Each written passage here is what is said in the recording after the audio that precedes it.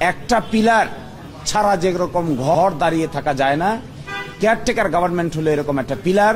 এটিকে সরিয়ে ফেললে অবাধ নির্বাচন সম্ভব নয়, অবাধ নির্বাচন না হলে ডেমোক্রেসিও সম্ভব নয়। আমরা মনে করি নির্বাচনের ক্ষেত্রে জয় এবং পরাজয় মেনে নেওয়ার মেন্টালিটি অর্জন করতে হবে। আমরা যখন এই তত্ত্বাবধায়ক সরকার চেয়েছিলাম, আমরা ব্যক্তিগত কোনো স্বার্থ, কোনো দলীয় স্বার্থের জন্য চাইনি। আমরা চেয়েছিলাম ডেমোক্রেসি বাংলাদেশে এস্টাবলিশ হোক। এই রিভাইভাল এবং এই রেস্টোরেশনের আদেশ কার্যকর হবে, মাস্ট অপারেট প্রসপেক্টিভলি। আগামীতে এটি কার্যকর হবে, বর্তমান সময়ে এটি কার্যকর হবে না। অর্থাৎ ত্রয়োদশ জাতীয় নির্বাচন অনুষ্ঠান করার ক্ষেত্রে এই যে তত্ত্বাবধায়ক সরকার রিভাইভ হলো, তার কার্যকারিতা থাকবে না। তার কার্যকারিতা থাকবে প্রসপেক্টিভলি, অর্থাৎ চতুর্দশ সংসদ নির্বাচন হবে সেই সময় থেকে। আর এই ব্যাপারে আমাদের কথা হলো 1984 সালে, আজ থেকে 41 বছর আগে, বাংলাদেশ জামায়াত ইসলামীর পক্ষ থেকে নির্দলীয় নিরপেক্ষ তত্ত্বাবধায়ক সরকারের প্রথম প্রস্তাব দেওয়া হয়েছিল। এই জাতি অনেক পানি ঘোলা করেছে, অনেক অসম্মান হয়েছে, অনেক মানুষের জীবন গিয়েছে, গুম খুন, নির্বাচন ব্যবস্থা ধ্বংস হয়েছে। 41 বছর পরে সকলে মিলে আবার তত্ত্বাবধায়ক সরকারের প্রয়োজনীয়তা অনুভব করছে। আমরা তখনই বলেছিলাম যে this is an inseparable twin, inextricably linked, intertwine. আমরা বলেছিলাম ডেমোক্রেসি, ফ্রি ফেয়ার নির্বাচন এবং তত্ত্বাবধায়ক সরকার ব্যবস্থা, এগুলো হলো ইনসেপারেবল টুইন। একটা থেকে আরেকটাকে আলাদা করা যাবে না। একটা পিলার ছাড়া যেরকম ঘর দাঁড়িয়ে থাকা যায় না, কেয়ারটেকার গভর্নমেন্ট হলো এরকম একটা পিলার। এটিকে সরিয়ে ফেললে অবাধ নির্বাচন সম্ভব নয়, অবাধ নির্বাচন না হলে ডেমোক্রেসিও সম্ভব নয়।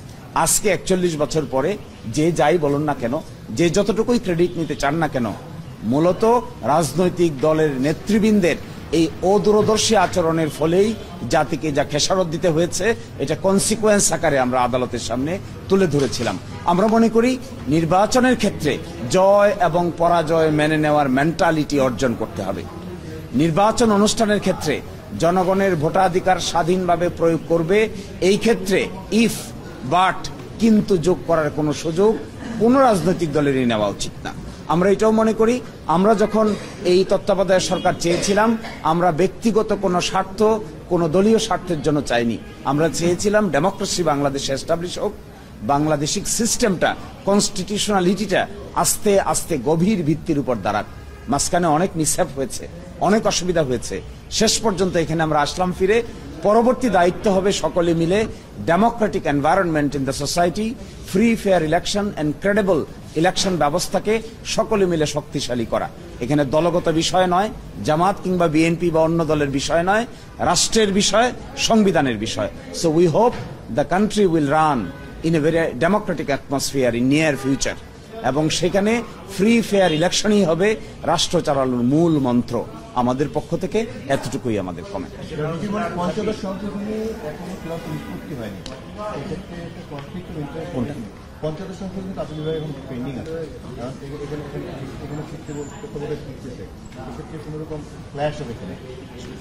ওই একটা তো আছেই, কারণ পঞ্চদশ সংশোধনীতে তত্ত্বাবধায়ক সরকার ব্যবস্থা বাতিল করে অ্যামেন্ডমেন্ট আনা হয়। এই অ্যামেন্ডমেন্টটাকে আমাদের হাইকোর্ট ডিভিশন বাতিল ঘোষণা করেছেন। আংশিকভাবে তত্ত্বাবধায়ক সংক্রান্ত পুরাটাকেই বাতিল করেছেন। তার বিরুদ্ধে আপিল দায়ের হয়েছে, লিভ হয়েছে। এই লিভ শুনানির জন্য পেন্ডিং আছে। সাবজেক্ট টু কি ডিসিশন সেখানে হবে, এটার জন্য অপেক্ষা করার সময় দরকার বলে আমি মনে করি। তা না হলে একটা জিনিস পরিপূর্ণভাবে সেটেল হবে না, একটা বিতর্ক থেকেই যাবে। সেই জন্য ইনিস এন্টায়ারিটি শেষ করতে পারলে ভালো হতো। আশা করি ওইটাও দ্রুত নিষ্পত্তি করা হবে না। ওটার কারণে আজকের রায় তো তত্ত্বাবধায়ক সরকার সিস্টেমটাকে বাতিল করে যে রায় দিয়েছিলেন, তা রিভিউ করে বাতিল করা হলো। এর মানে কি, তত্ত্বাবধায়ক সরকার ব্যবস্থাটা বহাল করা হলো। কিন্তু পঞ্চদশ সংশোধনীর মামলায় তত্ত্বাবধায়কই একমাত্র ইস্যু নয়, তত্ত্বাবধায়কের বাইরেও প্রায় 29টা ইস্যু 15th অ্যামেন্ডমেন্টে রেজ করা হয়েছিল, যার 4টির ব্যাপারে সিদ্ধান্ত দিয়েছিল হাইকোর্ট ডিভিশন।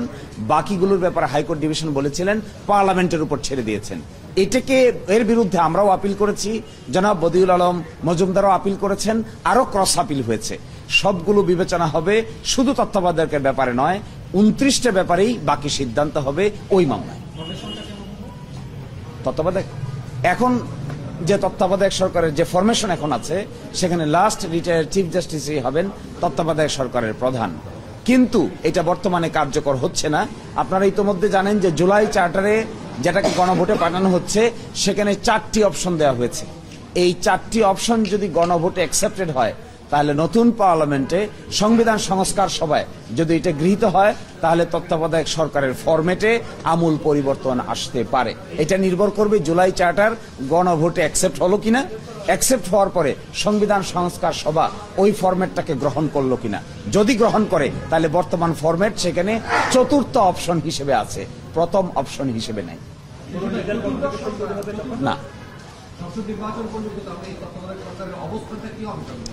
এটাই বলে দিয়েছেন আমাদের আপিল বিভাগ, রিভাইভড, রেস্টোরড বাট নট কার্যকর, revived, restored but not enforceable. কার্যকর না, কার্যকর হবে প্রসপেক্টিভলি, প্রসপেক্টিভ মিনিং দেয়ার বাই চতুর্দশ সংসদ নির্বাচনের পর থেকে, তার আগে নয়। এবং তিনি বলেছেন, শব্দটা যে ব্যবহার করেছেন মাননীয় আপিল বিভাগ, ক্যান অপারেট, the তত্ত্বাবধায়ক সরকার সিস্টেম ক্যান অপারেট অনলি প্রসপেক্টিভলি। এটা বিতর্ক এড়ানোর জন্যই এই লাইনটুকু অ্যাড করা হয়েছে, যেন এটা নিয়ে আমরা এখনই বিতর্ক না করি তাহলে বর্তমান সরকার থাকবে কি থাকবে না, কেয়ারটেকার গভর্নমেন্ট এখনই হবে কি হবে না, এটি আপিল বিভাগ ক্লিয়ার করে দিয়েছেন, আর কোনো বিতর্কের অবকাশ থাকলো না।